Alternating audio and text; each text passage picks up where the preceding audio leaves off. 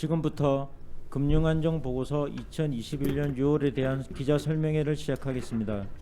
오늘 설명해 주실 분은 박종석 부총재보와 이정욱 금융안전국장이며 관련 팀장들도 배석하였습니다. 예, 안녕하십니까. 한국은행 박종석 부총재보입니다. 한국은행은 한국은행법 제96조 제1항에 따라 연 2회 금융안정보고서를 작성하고 있습니다.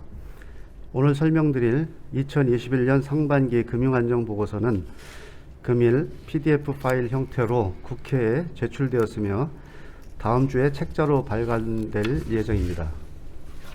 제가 먼저 근본 금융안정보고서 작성의 기본 방향에 대해서 간략히 말씀드리겠습니다.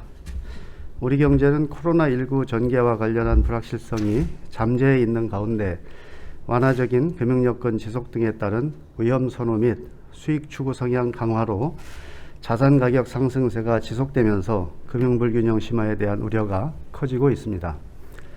이러한 상황 하에 근본 보고서에서는 신용, 자산시장, 금융기관 등 각 부문별 금융안정 상황과 보건력을 구분하여 점검하되 금융불균형 등 금융시스템 내 중장기적 잠재 취약성에 대한 분석을 강화하였습니다. 아울러 보고서 끝부분에는 종합평가 섹션을 새롭게 추가하였습니다.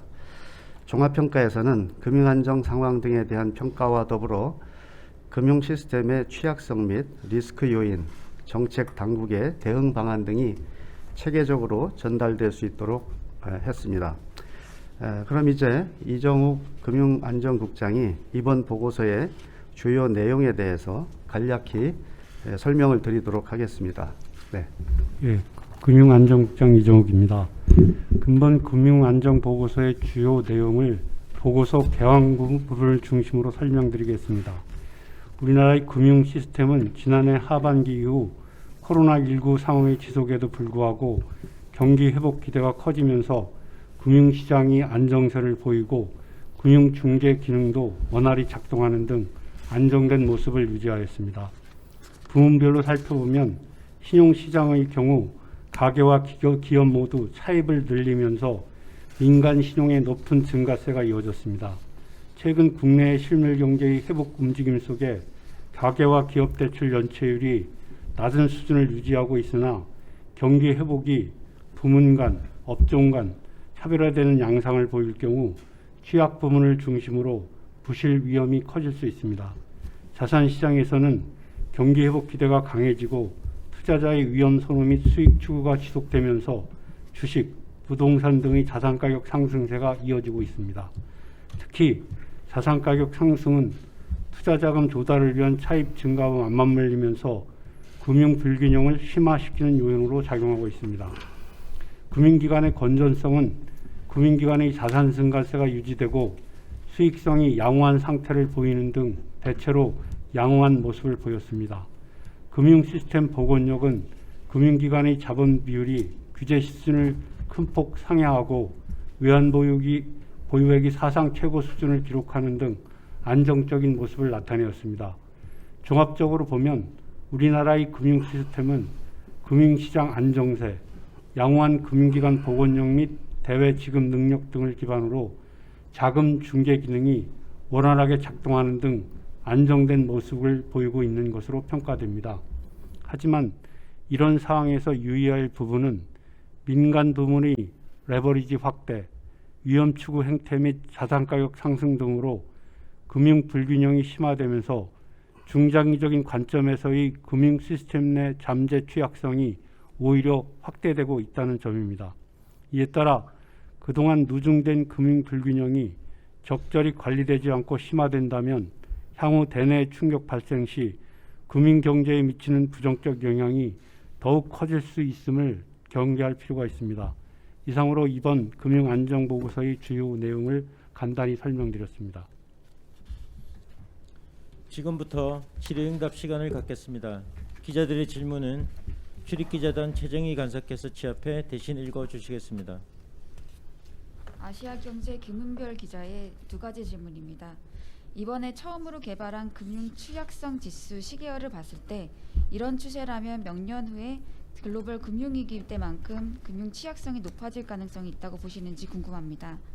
이번 금융안전 보고서를 미뤄봤을 때 코로나19 이후 또는 또 다른 금융위기를 촉발하지 않기 위해선 하느니 금리 수준을 정상화해야 한다는 근거를 만든 것으로도 해석할 수 있을지 답변 부탁드립니다.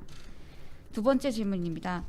기업에 대한 금융 지원이 기업 구조 조정을 지연시킬 소지가 있다고 평가하셨습니다. 취약 상태가 오래갈 경우 기업들의 부도 확률이 높아지는 만큼 이제는 정부가 기업 구조 조정에 나서야 한다는 점을 하느니 시사한 것이라고 봐도 되는지 궁금합니다.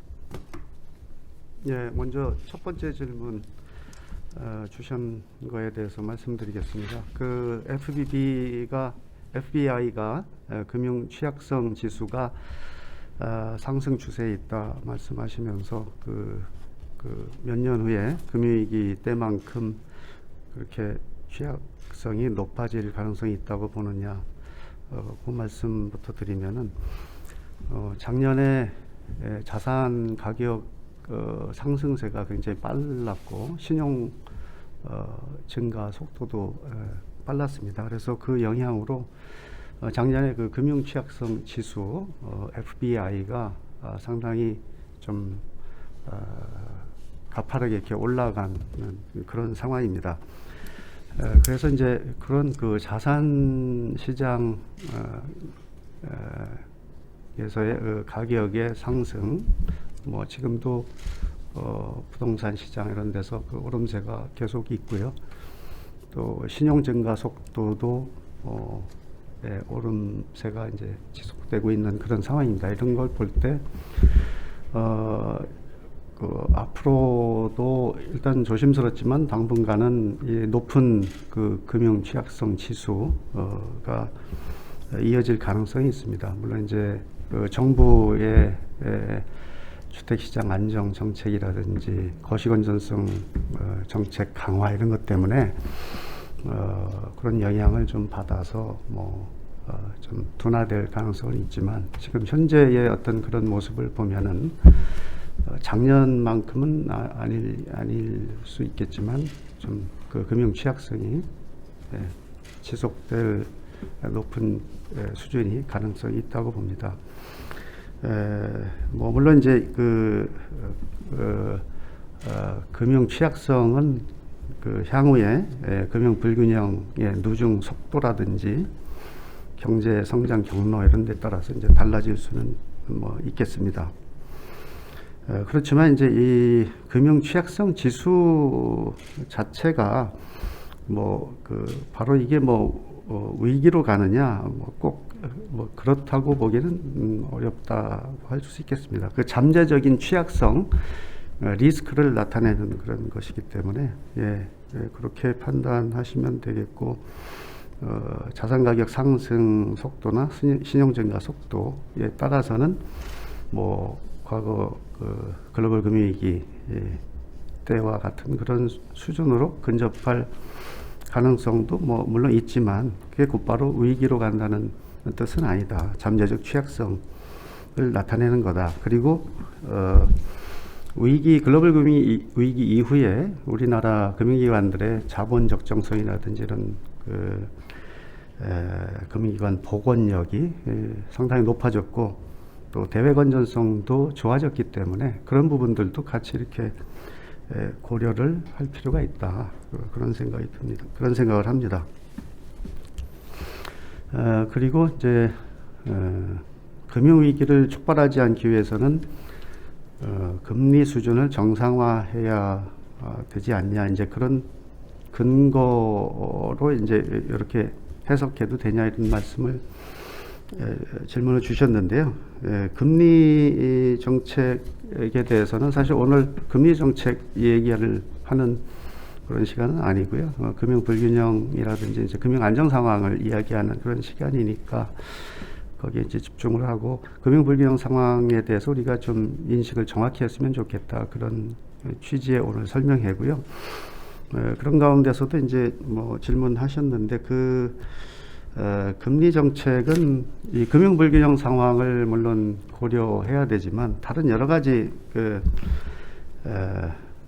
경제 상황을 종합적으로 이제 판단해서 고려해서 판단할 그런 사안입니다. 그래서 경기나 물가 또 같이 봐야 되고 물론 이제 금융 불균형 이 부분을 유의해서 또 봐야 되고 그런데 이제 저희가 얼마 최근에 메시지를 이렇게 전달한 바와 같이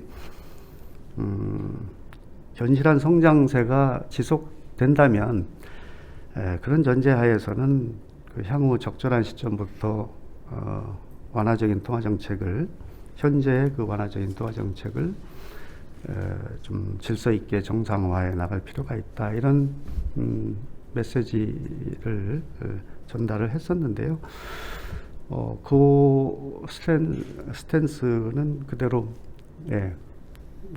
유지가 된다 이렇게 보시면 될 것 같습니다. 성장이나 물가의 전망이 좀 올라가는 그런 쪽으로 이제 가고 있고 그런 가운데서도 금융 불균형은 누적돼 왔고 이렇다면은 앞으로는 금융 불균형 문제를 종전보다는 좀 더 고려할 필요성이 커졌다 그런 말씀을 드릴 수 있겠습니다. 그리고 두 번째 질문인데 기업에 대한 금융 지원이 기업 구조 조정을 지연시킬 소지가 있다고 평가했는데 취약 상태가 오래 갈 경우에 부도 확률이 높아지니까 이제는 정부가 기업 구조 조정에 나서야 한다는 점을 시사한 거냐 그렇게 봐도 되느냐 이런 질문이셨습니다. 코로나19가 장기화되고 있고 그에 따라서 아직까지 우리 경제의 어려움이 지속이 되고 있습니다. 아직 그 위기에서 완전히 벗어난 건 아닙니다. 그래서 그런 점을 고려하면 지금 기업 구조조정에 대해서 이렇게 이야기하는 거, 또 그런 것은 좀 더 신중하게 접근할 필요가 있지 않나 그런 생각이 듭니다. 코로나19 영향으로 인해서 그 장기적으로 존속 가능성이 낮은 그런 그 구조조정 대상 기업, 이런 기업들을 이렇게 판별해 내는 것도 쉽지는 않은 상황인 것 같습니다. 아직까지는. 그런 상황인데 이제 구조조정을 성급하게 이렇게 추진을 한다든지 그럴 경우에는 또 좋은 점도 있지만 어떤 부정적인 부분도 있을 겁니다. 일시적인 유동성 부족으로 이렇게 취약해진 기업들 이렇게 좀 지원을 해주면 다시 이제 존속 가능해질 수 있는 그런 기업들까지 잘못하면 어려움에 처할 가능성이 있기 때문에 상당히 이 부분은 좀 신중하게 접근할 필요가 있다 이렇게 생각이 되고요. 기업 경쟁력을 바탕으로 해서 기업의 존속 가능성을 이렇게 종합적으로 판단하고 하는 것은 수시로 이렇게 모니터링하고 해나가야 될 문제라고 생각합니다. 그래서 이제 존속 가능성이 있다 이렇게 판단되는 기업들은 선별 지원을 이렇게 계속할 필요가 있겠다 그런 생각을 하고 있습니다. 그런데 이제 좀 금융 완화 기조가 이제 지속된 그런 상황에서 어떤 이런 뭐라 그럴까요? 좀 취약한 그런 기업들, 존속하기 어려운 기업들이 계속 이제 존재하는 그런 경우. 그래서 기업 구조 조정이 너무 이제 지나치게 지연이 되면 자원의 효율적인 배분을 저해한다든지 우리나라의 성장 잠재력을 훼손한다든지 그런 위험이 있을 겁니다.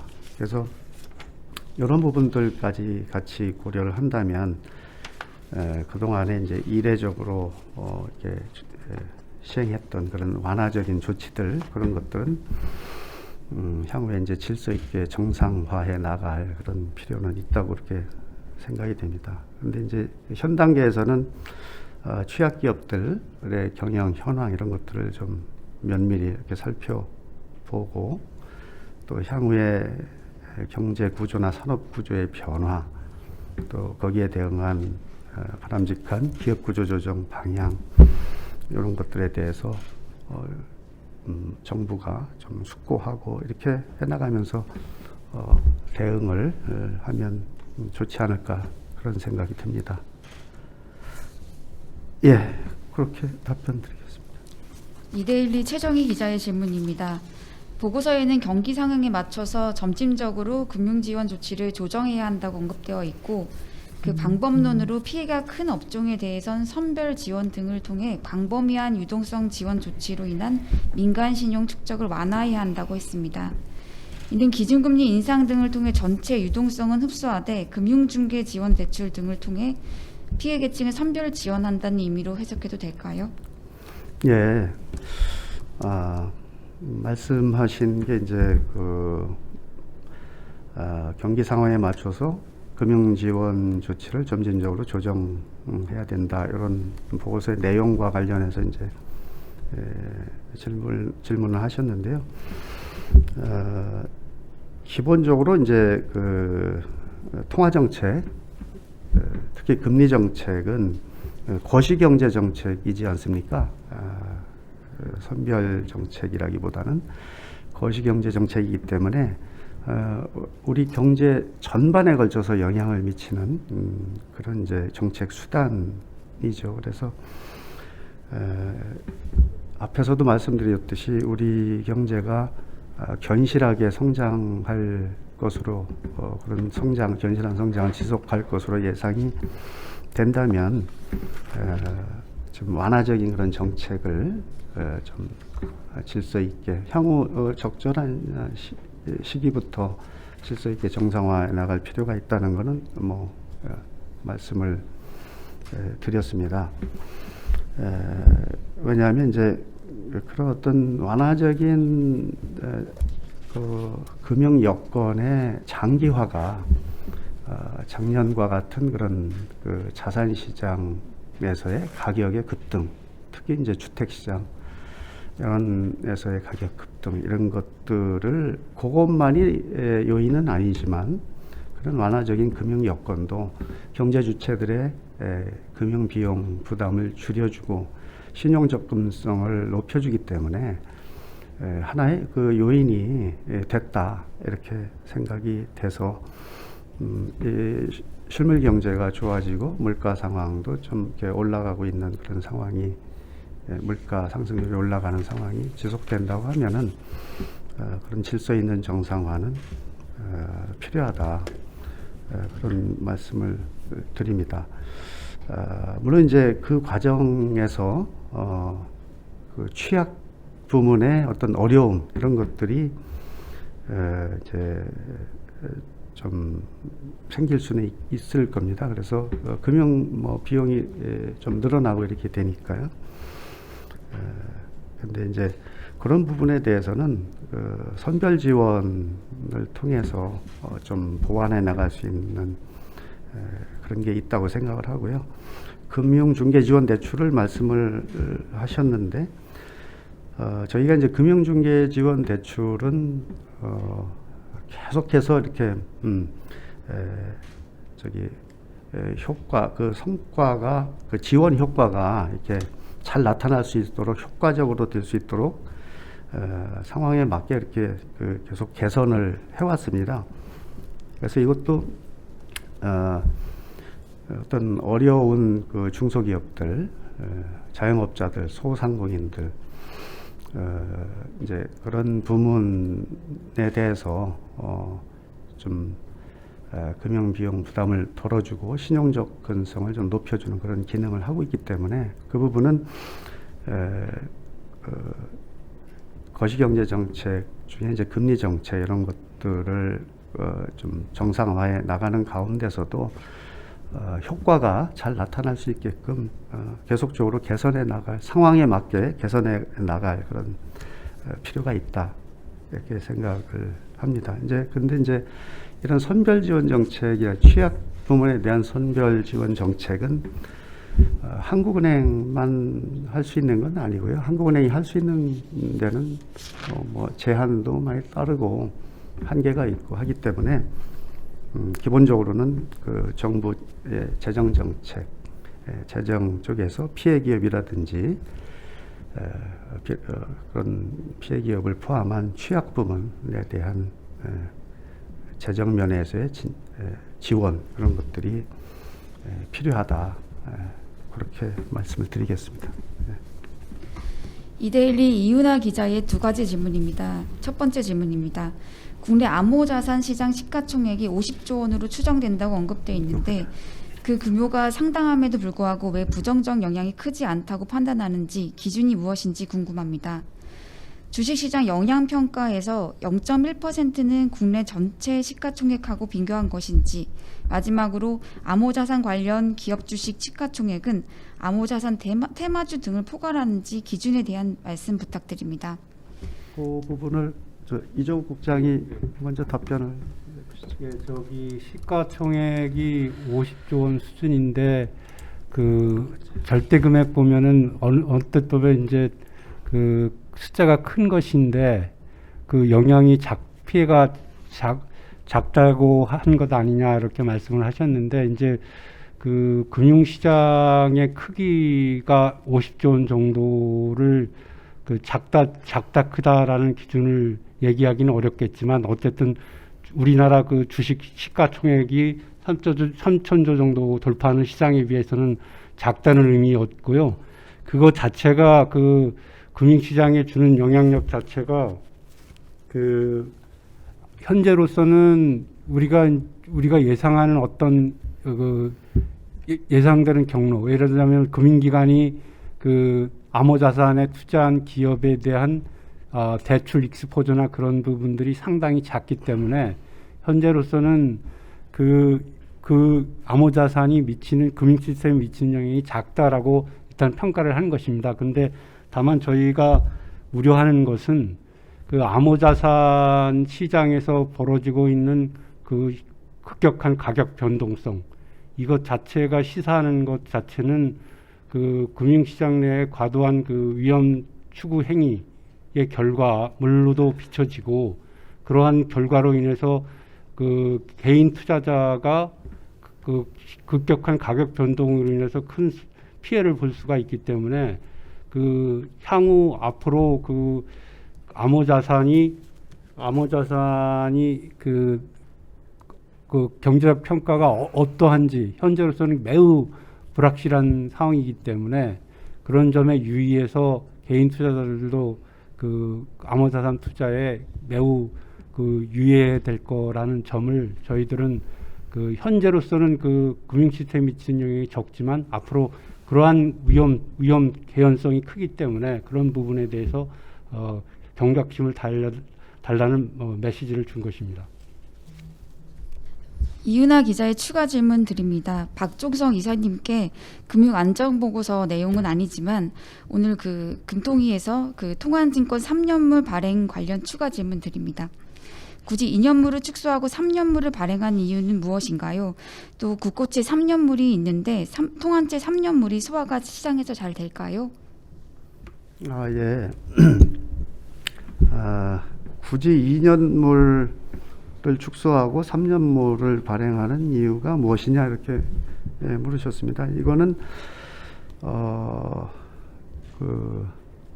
뭐라 그럴까요? 그 유동성 조절의 수단을 조금 더 확충한다, 그런 의미로, 그런 취지로 생각하시면 될 것 같습니다. 그래서 이걸 뭐 2년물에 상당히 지금 집중이 돼 있지 않습니까? 그 통한증권 발행이 2년물이 굉장히 비중이 높은데 이걸 3년물까지로 좀 수단을 늘려서 향후에 이제 유동성 흡수가 필요할 때, 조절이 필요할 때 좀 더 이렇게 다양한 그 만기를 가지고 저희들이 대응을 하면 좀 더 이렇게 유동성 조절, 공개시장 조작을 통해서 유동성 조절을 하는데 좀 유용하지 않을까, 그렇게 생각이 돼서 했고요. 이제 뭐 국고채 3년물이 있는데 통한채 3년물이 소화가 될까, 그런 말씀에 대해서는 저희가 이제 그 그 국고채 수급 상황을 같이 이렇게 보면서 3년물도 발행을 하게 되면 합니다. 그냥 뭐 수급 상황에 큰 영향을 미치면서까지 국고채 발행이라든지 그 수급 상황을 안 보고 이렇게 하는 게 아니고 때로는 1년물, 어떤 때는 3년물 이렇게 봐서 채권 시장에 웬만하면은 가급적이면 영향을 크게 주지 않는 그런 방향으로 해서 저희들이 할 계획으로 있기 때문에 그런 그 수급 상황을 봐서 저희들이 할 거라는 그런 말씀을 드리겠습니다. 예. 아시아경제 장세희 기자의 질문입니다. 향후 금리 인상과 관련해서 적절한 시점부터 질서 있게 정상화해 나가야 한다고 말씀하셨는데요. 현재 금융 불균형 상황을 고려했을 때 올해 안에 조절이 돼야 한다고 보시는지 궁금합니다. 예, 그거는 너무 구체적인 질문이시기 때문에 제가 답변을 하기가 좀 어려울 것 같습니다. 이게 뭐 구체적인 시기를 이렇게 미리 이렇게 염두에 두고 뭐랄까요, 금리 조정 이런 것들을 한다기보다는 그건 이제 금통위에서 향후 경제 상황을 봐가면서 하는 거기 때문에 그렇게 이제 시점을 탁 찍어서 이렇게 말씀드릴 수가 없습니다. 그래서 그건 그렇게 이해를 해주시고, 아무튼 경제 상황에 달려 있다는 말씀을 여러 번 이렇게 메시지를 통해서 드렸을 겁니다. 그래서 어쨌거나 이제 저희들이 이야기한 것처럼 성장 속도가 상당히 회복되는 속도가 빨라지고 있고, 또 물가 상승률도 목표 수준 뭐 이렇게 가까이 이제 평균적으로 이제 갈 가능성이 높아졌고, 이렇기 때문에 그런 상황을, 거시경제 상황의 어떤 그 회복 상황을 고려를 한다면, 그런 상황이 지속되면 작년 같은 경우 특히 뭐 금융 불균형이 심화된 그런 것들, 그게 누적돼 있는 것들을 고려를 좀 더 할 수밖에 없다. 그리고 그 질서 있는 정성화라고 저희들이 이야기를 했는데, 그걸 시작하는 시점은 향후 경제 상황에 달려 있고, 또 금융 불균형 이것이 앞으로도 얼마나 지속되는지 그런 부분들에 달려 있기 때문에 그걸 같이 봐가면서 이제 할 수밖에 없다. 이렇게 말씀드리겠습니다. 네, 추가 질의가 없으므로 이상으로 기자 설명회를 마치겠습니다. 수고했습니다.